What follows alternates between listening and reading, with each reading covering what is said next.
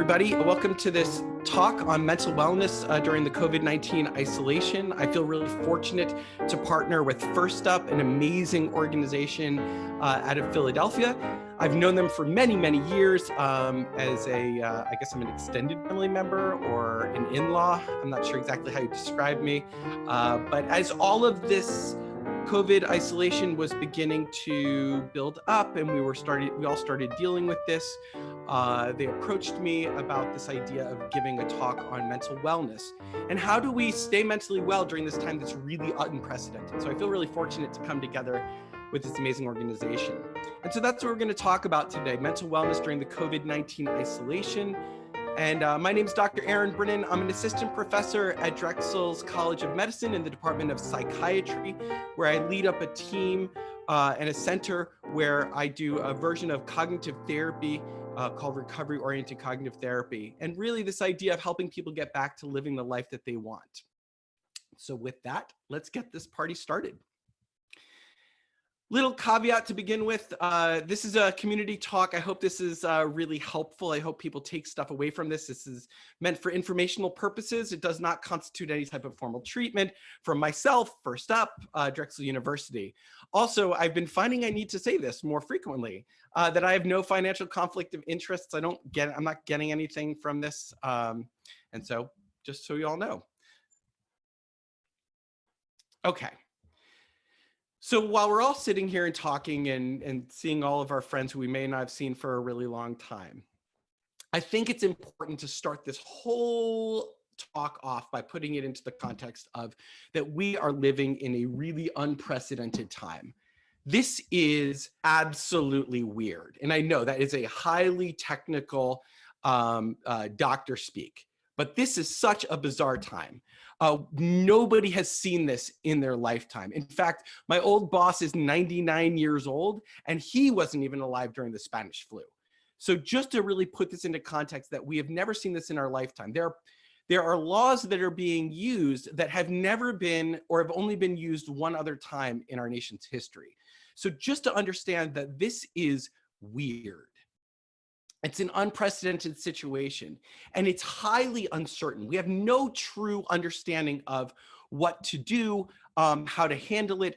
When is this thing going to end?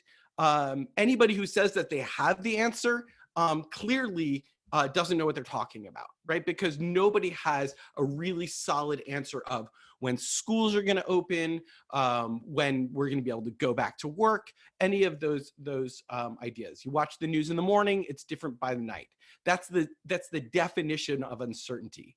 And humans don't like uncertainty. By our nature, we just don't like it. It's not fun, it's not enjoyable. We don't do well with feeling uncertain. We're in a wonderful time where we have the largest amount of information available ever, right? We have so much information at our fingertips, and that's good news. But the bad news is we're at a time where we have the largest amount of information available at our fingertips. It's a double-edged sword. You can find out anything that you want. In fact, when I presented some material that was similar to this talk, I was able to find out all of the CDC up-to-date recommendations within 10 seconds. I had it up on my cell phone. The downside is you can fall into that hole of looking at information and reading articles and watching YouTube clips. And you can do that for a whole day. And so it's both a blessing and a curse to have that much information available at your fingertips. We're more connected than we've ever been in our lives, right? Our ability to talk to somebody around the globe or across the into another town is better than it's ever been.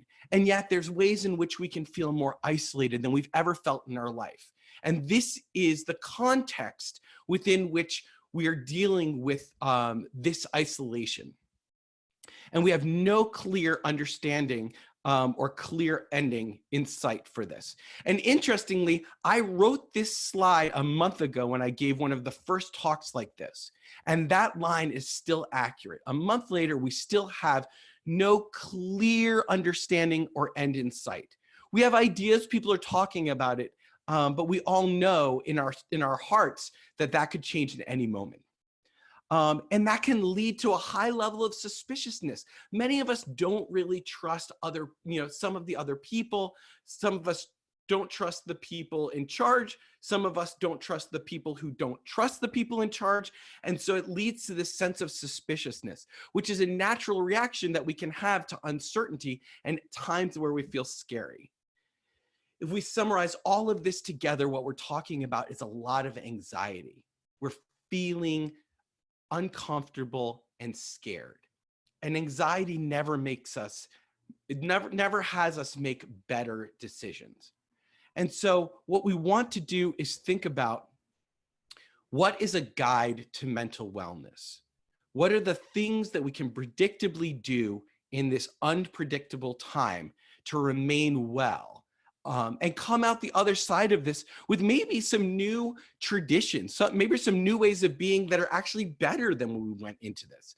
Maybe this will give us an opportunity for growth while we're also dealing with some just unfathomable. We just cannot understand how difficult this is for some of the people who we care for really deeply. So the first step that we're going to be talking about is the idea of connection, the importance of being connected during this time and remaining connected. The next part that we're going to talk about is remaining active, right? What are the activities that we're going to be able to do during this time to remain well? The next part of it is really this idea of setting goals, right? How are we going to be different? What are we going to have accomplished as we come out of this time? We are going to talk a little bit about managing worries, but the one thing I want to really highlight is, if you notice, the first three things that we're talking about are things that we're going to do, right? Things that we're going to move towards. And then we can talk about some of the obstacles that can pop up in the way. And one of them is managing worries. Worry is a normal reaction. We're going to talk about it, understand it, and then work with it. How do we manage our self-esteem? How do we keep that raised during this time where many of us are taking a big hit as people who are used to being in control, having a really defined role during these times? And then we're going to talk about, how do we work from home? Many of us have to continue doing the work from home. And really, how do we manage the stresses of working from home? Or as I realized very quickly, it's also parenting from work. The final piece we're going to talk about is, how do we schedule our wellness? And you're going to hear an ongoing message of the importance of scheduling your wellness during this time. So connection. Physical distancing is important. We have to do it. And I think it's an important thing for us to recall is that the World Health Organization calls it physical distancing. They don't refer to it as social distancing. Nobody is asking for us to social distance. They're asking us to be physically distant, 6 feet or 12 feet apart, depending on where you are in the country. The problem with isolation and social distancing is that humans are not designed to isolate. In fact, we need to connect with other people so much that we are biologically prepared to develop a really severe fear, or what we would call a phobia, to social rejection. And it makes sense, the other stuff we're biologically prepared to fear, right? So think about it. We're biologically prepared to fear snakes and spiders, right? Heights and enclosed spaces. All of those make sense, right? Any of those things could kill us. But really, if you think about it, why would we fear social rejection? And it's because we're pack animals. We're tribal creatures. We're designed to survive together, which is actually one of the most beautiful messages that we can take from this, is we need to survive together as human beings. And so we don't have tusks, we don't have talons, we don't have big fangs to survive. So coming together and our ability to communicate and cooperate is what helped us to rise above the other animals. And so we were programmed with this fear to be ostracized from the group. And yet in this time, we're being asked to isolate, ultimately social rejection. So we're going to be in this constant state of feeling uneasy, unwell, uncomfortable. So what we're talking about is that humans aren't designed to isolate, right? And isolation can bring on a lot of intended problems. So how do we stay connected while remaining in isolation. And that's a really important thing that we're going to focus in on. So the first thing that we can really focus in on is these ideas of video calls, right? And I think a lot of us have started to do that. Some of us, even as recently as Monday, people were surprised about this idea of doing things together via Zoom or Skype or whichever one that you choose to do, right? And so you can do all kinds of things together, right? You can drink coffee, you can have happy hour together if you want. You can have breakfast. I'll be honest, my mom and I, we cooked together, right? So when I was making holiday meals, my mom, I just put her on FaceTime and propped her up on my salt shaker and started cooking together. I've made bread. I'm making rolls for tonight, and I did some of that with my niece, and she got to watch that and ask lots of questions about it. So there's lots of ways that we can connect in these ways in times that we might not think about it. Maybe we also start to participate in bedtime stories, right? Again, my niece and nephew, we've done a lot of circle time. And so here's an example of me. I'm reading a book to my nephew and my niece that was all about trucks. And at the end of it, we went and we walked through all of these construction trucks on my street. You can make a birdhouse together. You can cook together. All of these ways that we can be involved in each other's lives that we may not have done before. And just thinking about the ways that we can do that. Maybe you play Monopoly or cards. One time I called my mom, and while I was making bread, she then says, "Oh, I have to go. The girls and I are playing canasta. I'll talk to you later." And so she was gone. But there's these ways that we continue to stay connected. So if you've been doing that, it's wonderful. Make sure you keep doing it. Also, make sure that you schedule these times in. The important thing is it's going to be really easy early on for us to do it. How do you continue to do these things throughout the time together? So making sure that we're scheduling those times in and then keeping on top of it and being regular. And if you haven't done them, try them out. I'll be honest, I don't think that when the isolation's over that I'm going to be done reading people bedtime stories. Even our neighbor across the street, the wife is an essential personnel, and he's at home trying to work. So my kids ended up reading their son stories through FaceTime. So all of these ways that we can actually be really connected and continue to be in each other's lives. If you don't have some form of video calling, that's fine. You can always do it the old-fashioned way. You can text, right? And so there's lots of things that we can do through texting. Texting actually has lots of like video games that you can play. So this is an example of playing some darts with somebody, and you can play them wherever you are in the world. This is a game this is a add-on called Game Pigeon. So if you have the ability to do that, I know for Easter we sent around we created an Easter memes, sharing pictures, memes, games, just texting somebody to see how they're doing. One of my buddies who's in Australia, he and his wife have two very, very small children, are trying to be professionals. So just checking in, when I wake up in the morning, it's bedtime for him. I just check in. How you doing, man? How's it going? So these ways that we can remain connected. So texting is a great option. Also, there's online groups, right? So there's these active meetup groups. And I'm not saying people need to join Facebook or not join Facebook. That's sort of up to you. But there are lots of ways that people are meeting up online. I've seen a lot of these things through Facebook. A guy I went to camp with, he does a kids music group every day at a certain time. I've seen lots of people, have religious services over Facebook or these active meetups. There's also sort of passive group participation online. One of the examples that I have is I just posted something. I think there was this thing going on around Facebook, put the 10th picture in your camera roll. And so I decided to say, hey, put on your fur baby or your scale tween or and I asked, just put them up. I would love to see them. And when I tell you there were 35 posts within the first hour, and they were from 3 different time zones. By the end of the day, I had 4 continents had replied, and I had hundreds of posts.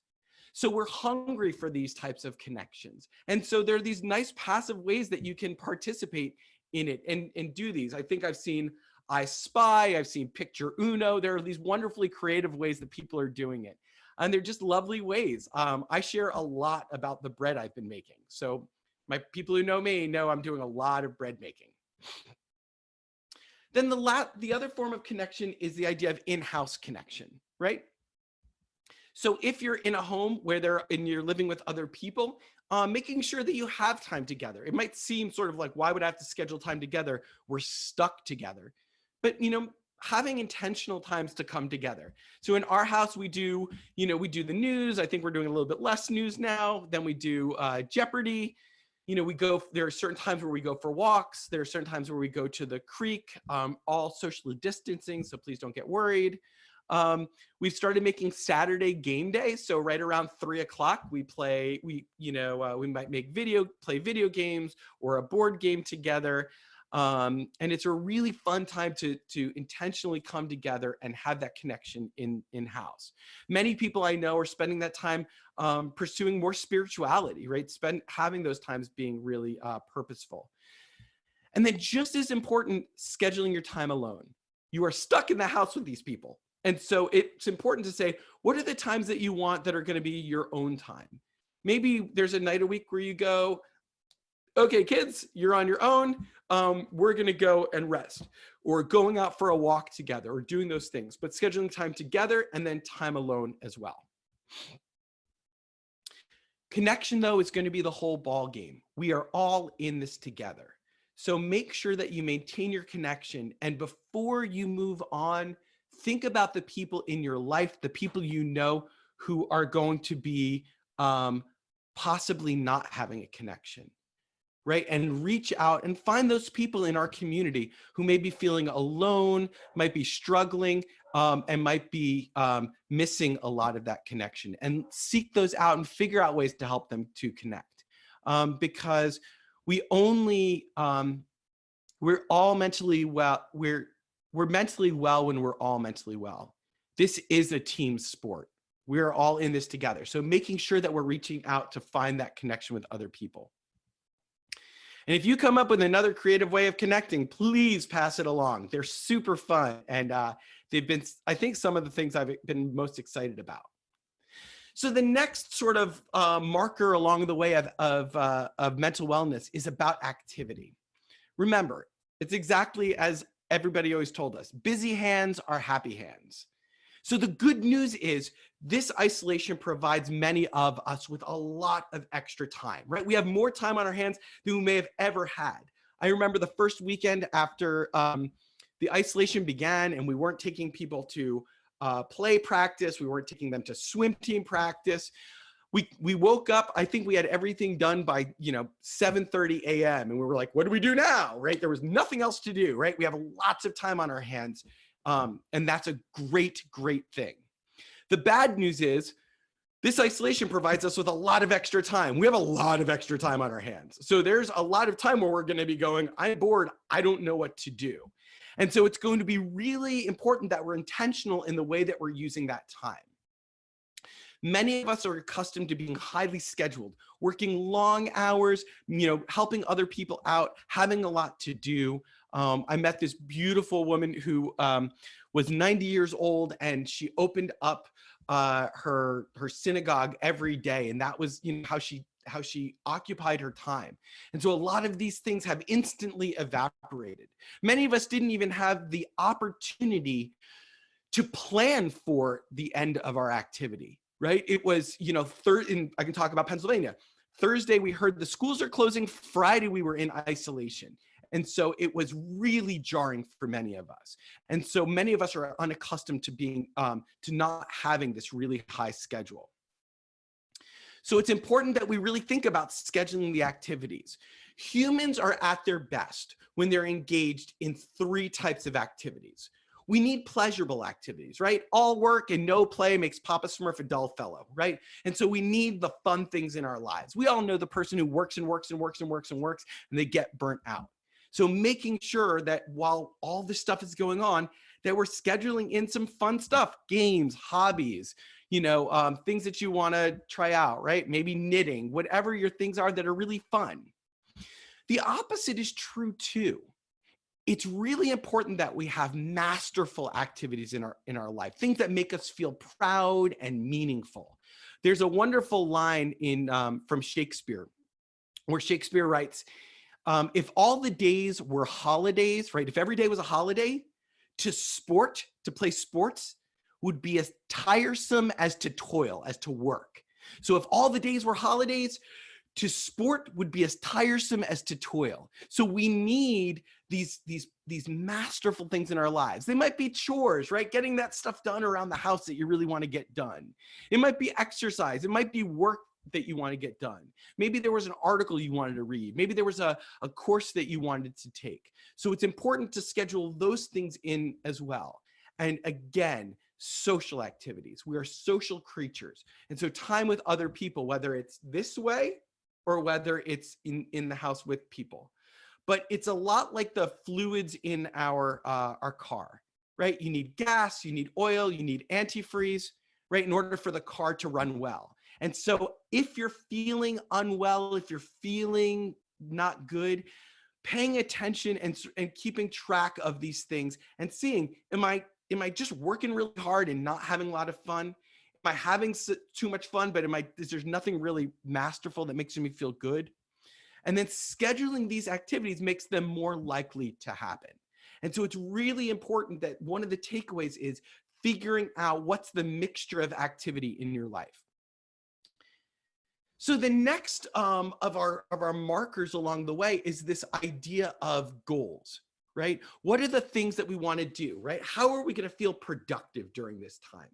With all of this time on your hands, what do you want to get done? When the isolation is lifted and you see people face to face and within a 6-foot radius, what are the things that you want to talk to your friends about that you got done during the time of isolation? Are there projects that you want to do? Is there learning that you've been wanting to do? Is there a language you wanted to learn? Were there books you've always been wanting to read, or a movie or a series? Listen, if you want to watch The Irishman, you've got all 5 hours and 75 minutes to watch it, right? Like you've got plenty of time on your hands. And so you can get a lot of these things done that you might have wanted to do. Did you want to build up your spirituality practice? There's a wonderful way in which our lives have driven us forward and we don't have a lot of time. We can set aside that time that we might want if spirituality or another thing is something that you wanted to build up in your life. And so when we come out of this, what will we have gotten done, right?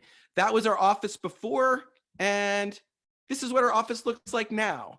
So sure enough, at the isolation, it was the day before everything was shut down.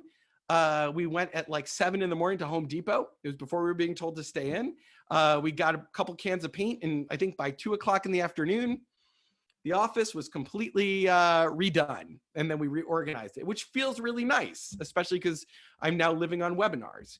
But what are the things that you want to say that you got done?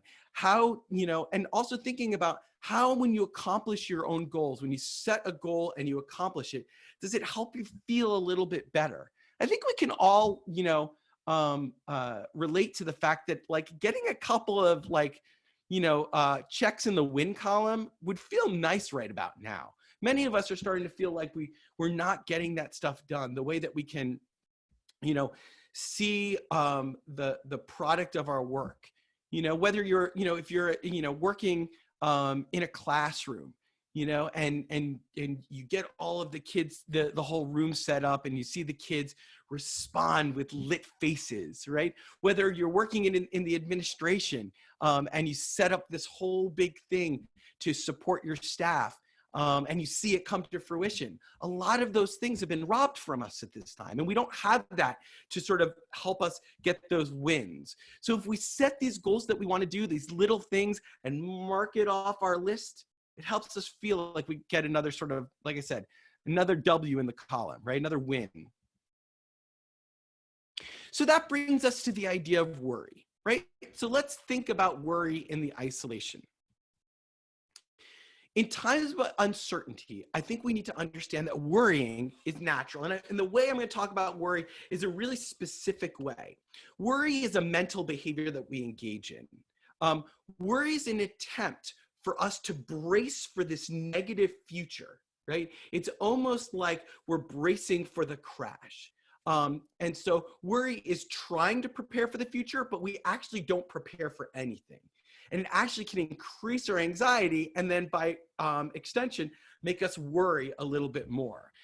There's a great magnet down on my refrigerator that says, worry's like a rocking chair. It gives you something to do, but it doesn't get you anywhere. And so in fact, when they've measured people who worry, you actually feel a little bit of relief of anxiety in the short run, but it actually maintains the fears in the long run. I think it's really important to recognize that worry is different than being afraid or being anxious. Worry is this mental form of trying to prepare for this negative outcome. Nobody ever worries about how great it's going to be to, win the lottery, right? That's not what we worry about. We worry about, are our families going to get sick? Are our children going to get sick? Are our children going to be able to readjust back after this thing has happened? Right? Those are the things that we worry for. It's a lot like problem solving, but in problem solving, we generate solutions for an actual problem that's at hand.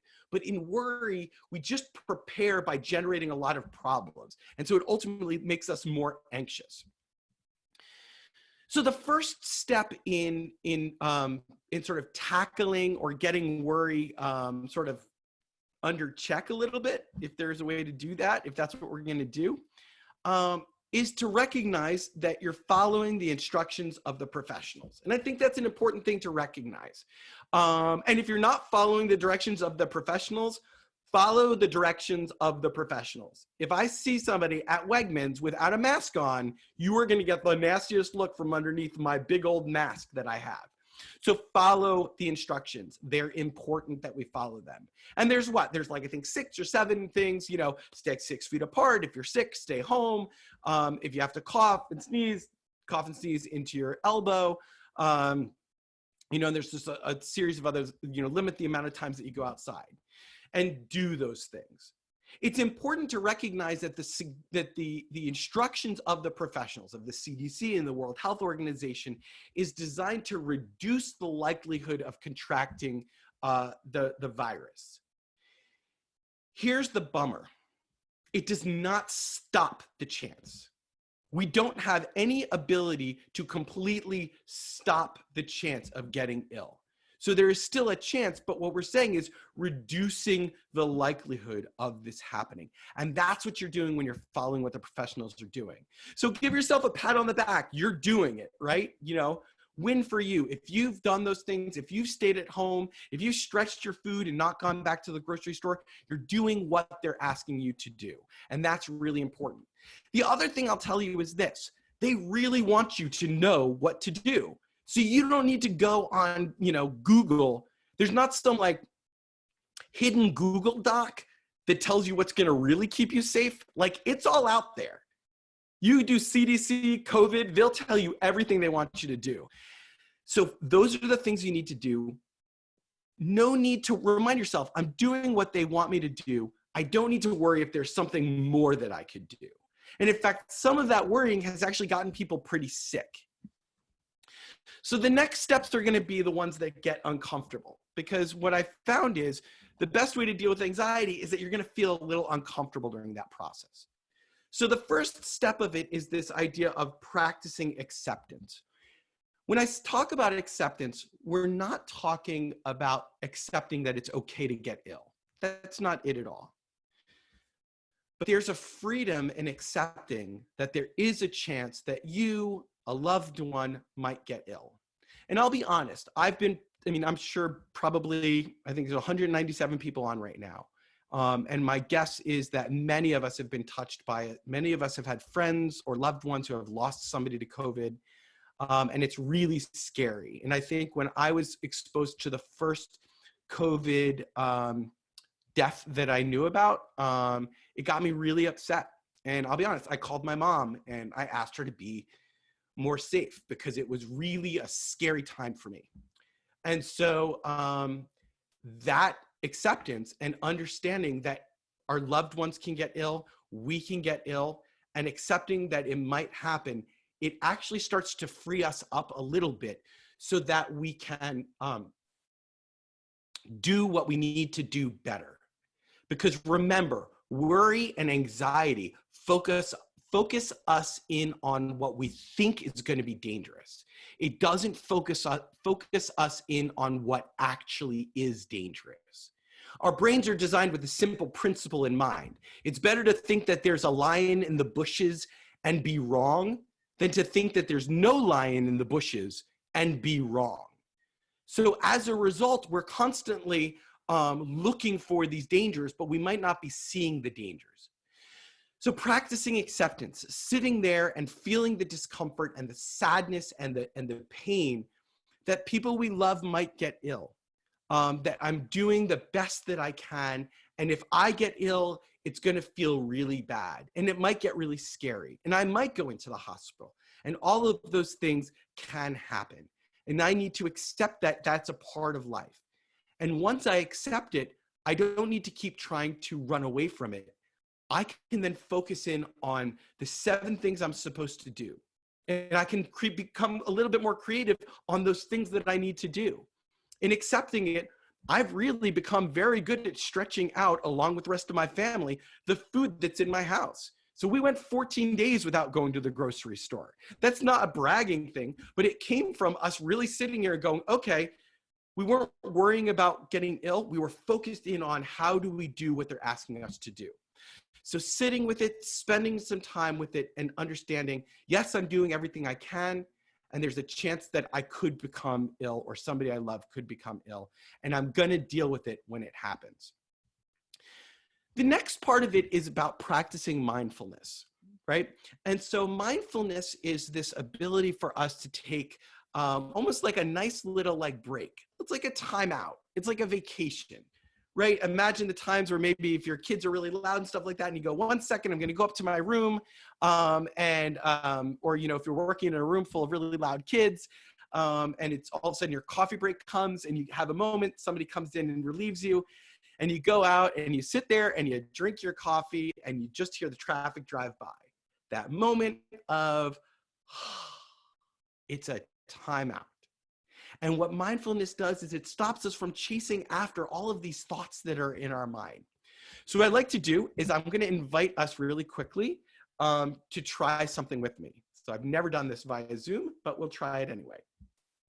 So I'm sure as all this stuff's going on, and I'm on slide 12, so I'm sure people have hundreds of questions that they have already. And so with all of the questions going on in your mind, and the things you have to do after this webinar, and the things that this webinar may have brought up, right?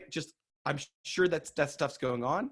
And so I'm just curious, how many people would like a little bit of a timeout? Just a break. So what I'm going to invite you to do is this. I have this thing, it's called a Tibetan singing bowl. And all I want you to do, if you can hear it, is I want you to listen to the sound of the bowl. And everybody has a little option to raise their hand on their little screen. And so what I want you to do is you can close your eyes or you can just sort of look ahead. But I want you to tell me when you stop hearing the bowl ringing. Ready? Here, let's try this out.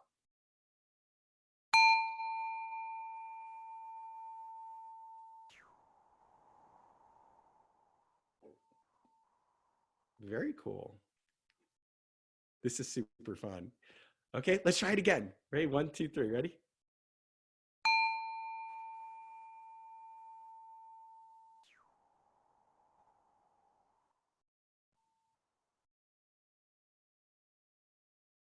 Let me see if I can get it to sing for us. Ready?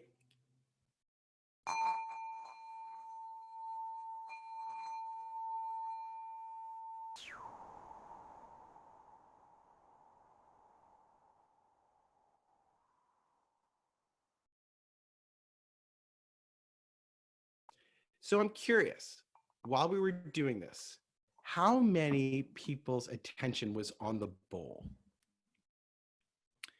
If your attention was on the bowl, Were you thinking about all those things in that moment, or did you get just a quick timeout?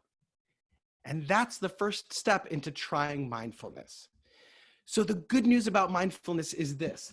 We have a lot of different apps out there now that can help you with mindfulness. So I'm going to talk about one. There are really great ones like Calm, and there's, YouTube has mindfulness.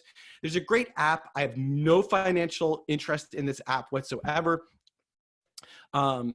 It's called Headspace. And I find that Headspace is really nice and digestible. And so the thing about Headspace is this. It gives you 10 free sessions, right? It gives you 10 free sessions of Headspace. And so the best part is there's a 3-minute version, a 5-minute version, and a 10-minute version. So I'm going to encourage you to only do the 3-minute version. And here's the reason. You can do anything in life for 3 minutes. 3 minutes goes by like that, I'm telling you. And so what I'm going to encourage you to do is do the 3-minute version, and there's videos, and the videos are super important because I bet people are going to go, ooh, I saw that thing with Dr. Brennan. I'm going to be serious. None of those silly videos. No, do the silly videos. They're super important. And so just try it out. If you really like the 3-minute version, do the 5-minute version. If you really like the 5-minute version, do the 10-minute version. But what I want you to do is try it out. If at that point you want to subscribe, great. If not, and you want to try something else, great. But it's a wonderful way of trying it because it just gives us a little distance from the thoughts instead of chasing them around in our heads, right? And so that's sort of the practice of mindfulness. And like I said, you got a lot of time on your hands, so you might as well, try something. And mindfulness has a number of wonderful benefits, for heart health, and it's a really wonderful thing. And it's a great practice that you can do in early childhood education, in whatever practices that you're doing right now. In fact, that bowl example is from a post that I saw about teaching mindfulness to little kids.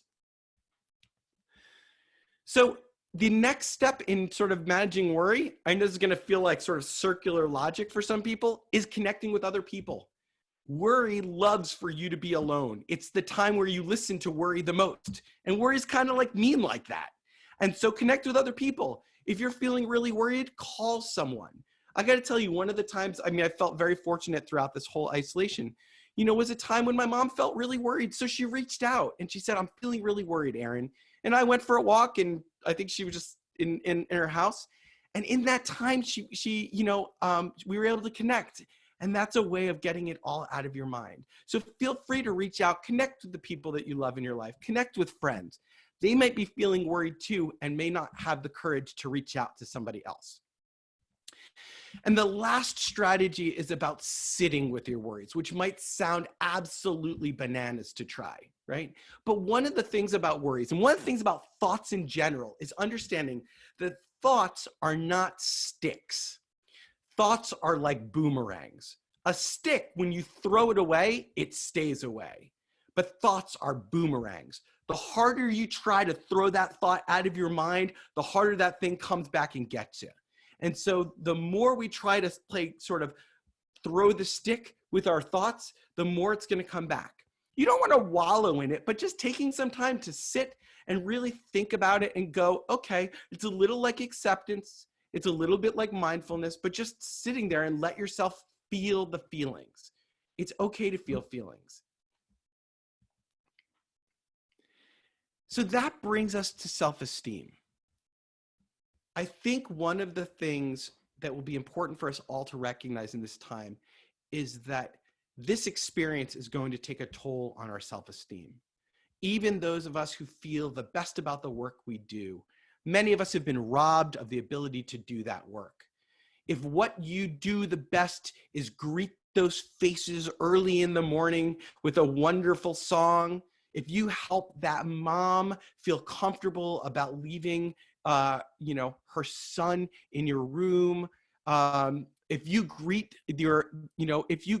families at the front desk, if you sit with somebody when they're in pain, if that's what you do the best, and now you're stuck in a house and you can't do that, that's got to take a hit on you. That doesn't mean there's anything wrong with you.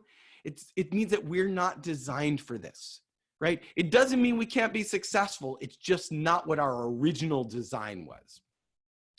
But lowered self-esteem can lead to lots of negative thoughts, right? When you see yourself as, who am I if I'm not, I'm a psychologist. Who am I if I'm not sitting with my patients? Who am I if I'm not jumping on a plane and going and training people? Who am I then? Well, I start trying to answer that negative question. Do I have value? I start seeing all of the ways that I'm not successful and I don't have value in my life. If I can't help the little kids out, right? If I can't sort of get somebody to, feel comfortable about transitioning from one room to another, I feel lost. That's what was good. So I start going, who am I then? Why am I doing stuff? It's not going to work out anyway. So as we start having more negative thoughts, we become less productive. And listen, I don't think anybody out of the 197 people on this webinar are people who ever wanted to be not productive. And so as we're feeling less productive, it takes another hit on who we are as a person. And it becomes this vicious cycle. And so we need to sort of artificially make sure that we're paying attention to our self-esteem. Because the worse we think about ourselves, the more we pay attention to the ways that we're not being successful. So this isolation is going to energize that sense of lowered self-esteem. So it's that time that we want to start focusing in on the successes that we have in our life. So here's an example of how we might sort of check out some of those successes and just do that together. So tell me, what ways have you been feeling less successful? Okay, that sounds right. Oh yeah, that's hard. Yep, I get that. Anything else? Oh, okay, I see that.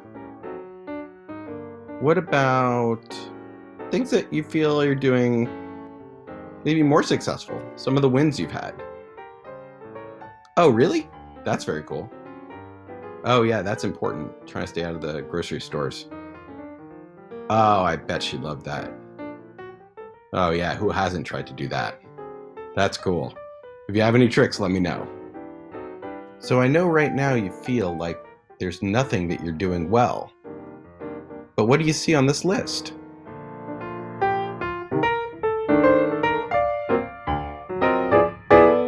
That's my little mixture of, I guess, Fred Rogers and the Peanuts, right? But if we take that time making that list, there are all of these successes that we're having in our lives. And honestly, if you're staying home and you're doing that, that's something that's really successful that you're doing. And so making sure that you kind of go through and do that. If you have pictures from your room, if you have examples of people that you've been successful with, now's a great time to organize that stuff for two reasons. One, it creates a concrete example of how successful you are. And that's going to be nice to see because concrete's going to be important. And it just becomes a nice reminder. Sure, there's lots of ways that we might be successful or unsuccessful right now, but there's also these ways that we're being really successful. And listen, we're at a point now where we're seeing that many of us are being successful in what they're calling flattening the curve, which means that we've all, as a group, have been successful. And so remembering, though, that we're all in it together. So if you're feeling negative about yourself or questioning yourself, then other people are questioning themselves. If there's somebody who is on your team, reaching out to them, seeing if they're feeling the same way. Are they missing the kids like you're missing the kids, right? Are they missing, the consumers like you're missing the consumers? Who are they missing? And making sure that we're really paying attention to that. And so that we all know that we're all in it together. This is hard for many of us. So the next part that's really going to be an important focus, though, is this idea of working from home, right? It's stressful, right?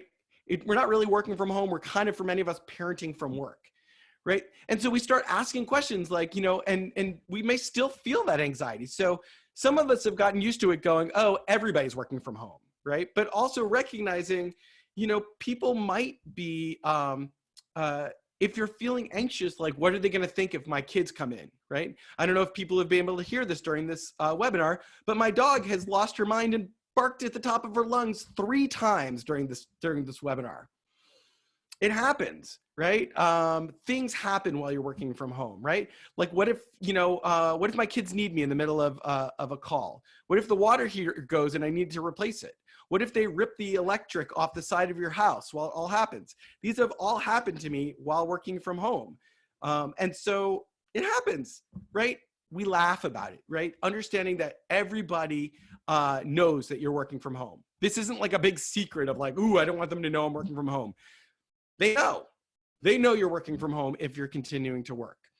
If you aren't working from home, that means that you're one of the heroes. You're people out there keeping us safe, right? You're people out there making sure that our food supply is secure, caring for our loved ones who are sick. You are the people who are out there doing important work, and thank you for that. If you aren't out, and if you are leaving the home, if you aren't leaving the home, you're a hero too.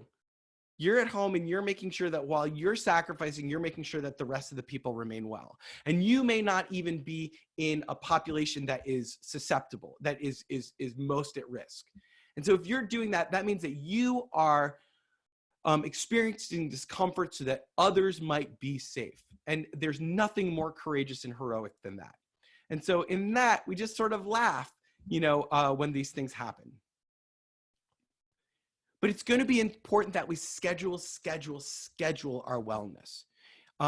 Thinking about our wellness routines that we've had throughout our lives. Many of us have tackled problems with sleep. Make sure you stay on top of it. It's going to be hard for you to continue to maintain that sleep schedule, but it's super important. Now, listen, many of us go, it doesn't really matter when I start my work. I mean, whether I wake up at 6, whether I wake up at 9, whether I wake up at noon, I'll get it done. But remembering that sleep, once it's disrupted, can become a little bit of a difficulty to tackle again. So make sure we're attending to our sleep schedule. Many of us got a lot of our exercise by, many of the people on this call, by running after, little toddlers, right? By, running after, 4-year-olds and stuff like that. Many of us walked from unit to unit. These are the ways that we got our exercise. And if you've been looking at your, if you've been looking at your watches or your pedometers recently, your steps may have gone from like 50 million to 5. And so replace that exercise or figure out how we get that exercise. Exercise is a great way to burn off worry, is a great way to release these wonderful endorphins in our mind. It helps us to keep our body physically healthy. And so it's a really important thing to do. Keep an eating schedule. Make sure that you're eating at regular times during the day. So that way you don't find that your blood sugars are going up and down and up and down. You're not finding that you're ravenous and you don't understand why you're freaking out. So making sure whatever your eating schedule is, maintain that really well. So all of these wellness practices are important to do. Wellness is not accidental. Wellness happens on purpose. So it's important that you attend to it and you schedule these things in. So we're all in this together. That's sort of the big take-home message from it. You may be noticing, you may notice that you're having these experiences, but notice that others, many of us on this phone call, on this webinar, are having these experiences. I have 100 chat comments to rifle through in just a couple moments. So clearly, many of us are having these experiences: worries, loneliness, isolation. Some of us might be feeling uncomfortable about other people, sleep problems, self-esteem doubts. And so what I'll tell you is the one thing I can guarantee you is that everybody on this call has a really horrible disease. It's called being human. And so you caught it from your mama on the day you were born. And so understanding that a lot of the reactions you're having are normal human reactions. And through that, by practicing these ways of wellness, we can all work through this together. I want to thank FirstUP for asking me to do this and inviting me and partnering with me on this. There are lots of other webinars that I've produced on sort of both cognitive therapy, but also, sort of talks for individuals who might have a loved one with a mental illness and how to support them.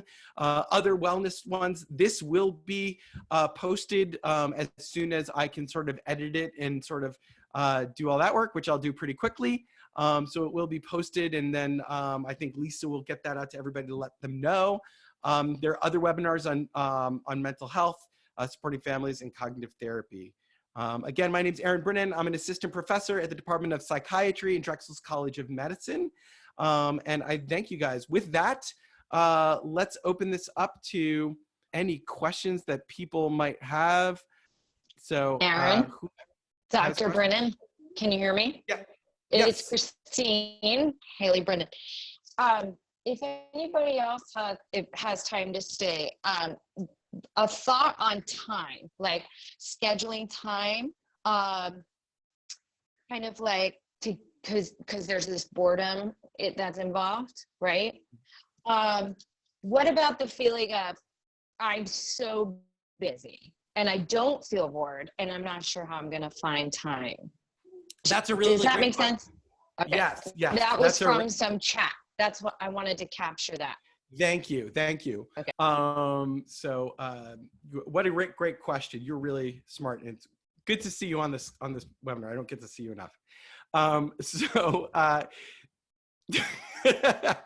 So it's a really great question. For many people, we have a lot of extra time on our hands. For many people, we're having way less time on our hands. Some people might be getting called to do extra work, more things than they've been asked to do before.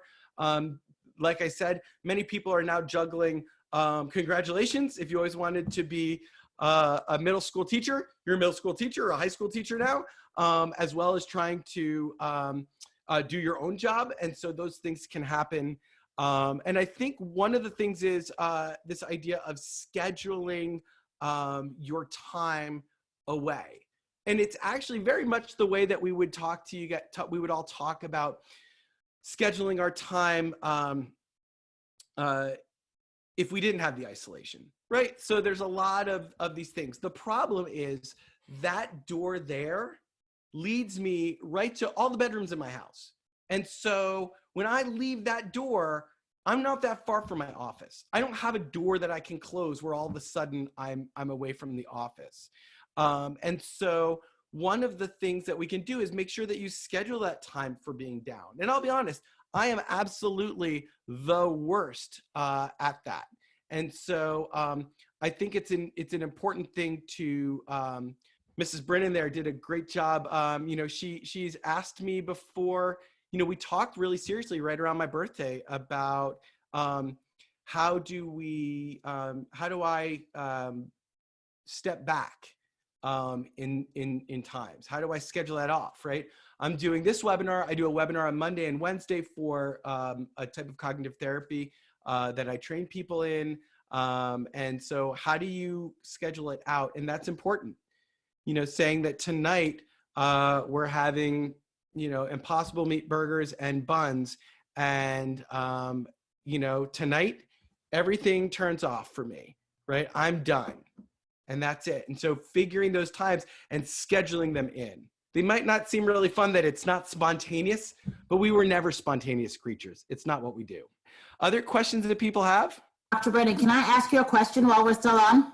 May I ask you another? So you mentioned, I loved what you said about paying attention to our self-esteem.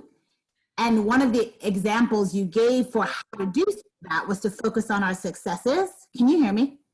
Yep. Mm-hmm.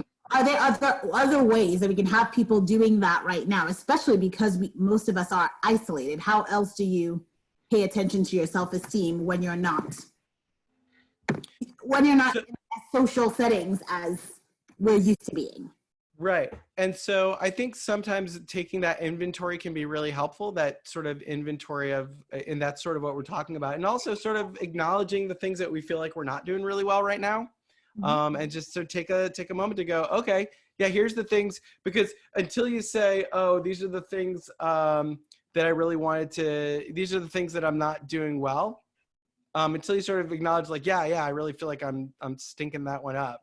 And so then once that happens, then it sort of frees us up to go, oh, here are the things that I am doing, and even the really small things.